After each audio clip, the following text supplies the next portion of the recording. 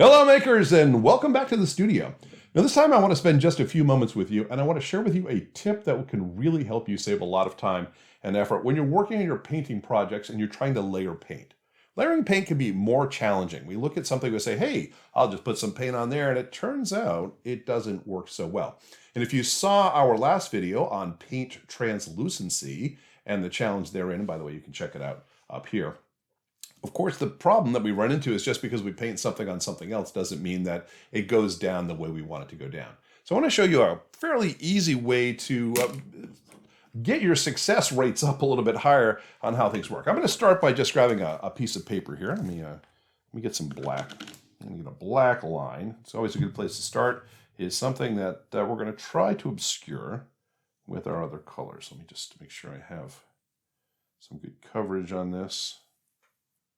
There we go. Not so bad. And that will work out. And I'm going to give that just a few minutes to dry. Make sure it's all nice and smoothed out. Give that a few minutes to dry. And then I'm going to show you how we can put down some of the same colors that we use every day, but make sure that they're going to do a better job of covering that black line if they come in contact with it.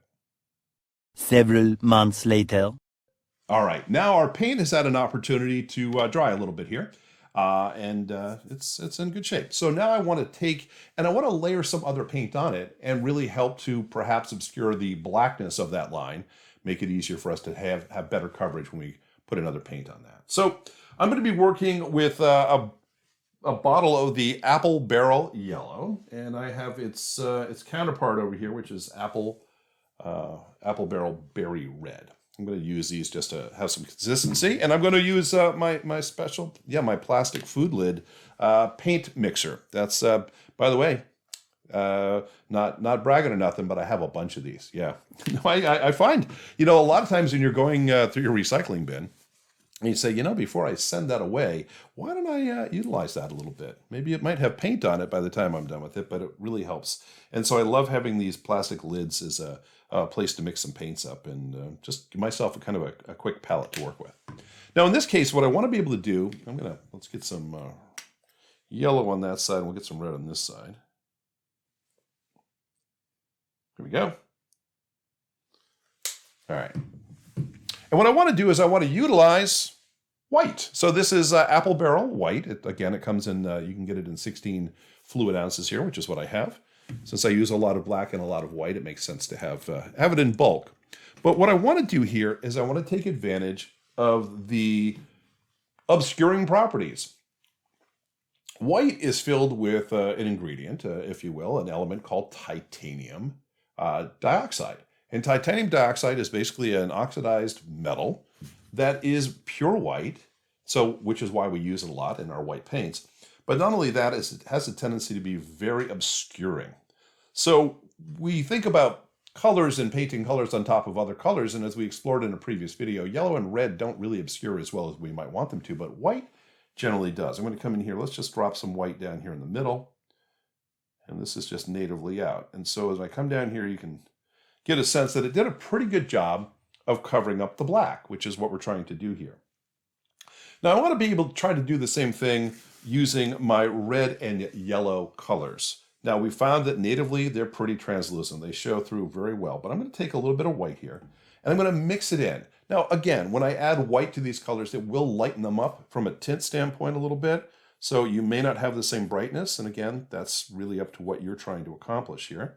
But let me just mix some of this in, and I'm going to give you a sense of how this can really affect our outcome. Get that. That looks pretty good. All right. So I'm going to come in here now, and let's lay down some yellow on this side. I'm going to come in here and lay down some yellow. There we go.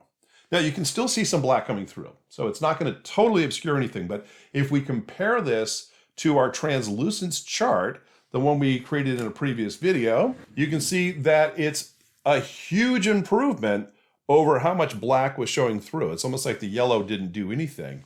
And in this case, it's obscuring it almost all the way. And if I put another layer on there, it could make a huge, huge difference in whether or not that's going to be seen through or not.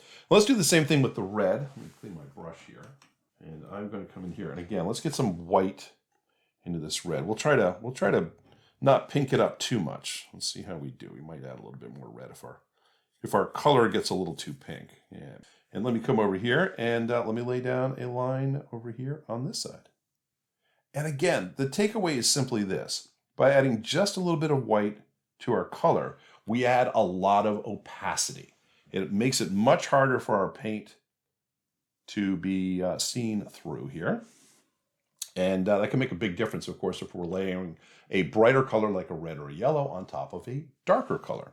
And that's really the consideration. So I'm going to let this actually have a few moments to dry. I'm going to probably hit it with a hairdryer to speed things along. And then I'm going to lay down another layer and see if we can really obscure this thing the rest of the way. So give me just a moment. Come on back and we'll see if that worked out. 2 weeks later. Okay, now our paint has had an opportunity to dry. I want to put down another layer of my red pink color here. And since I still have my brush, I'm going to just drop that in here. And again, the goal here is to see if we can obscure this a little bit more.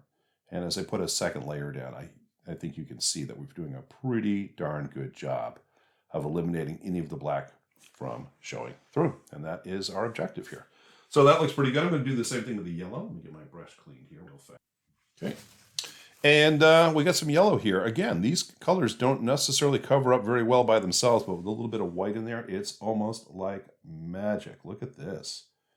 Get some yellow on this side and covering up that black. And again, color will change a little bit when it dries. This is still showing a little bit of the black through here because it is a much thinner color.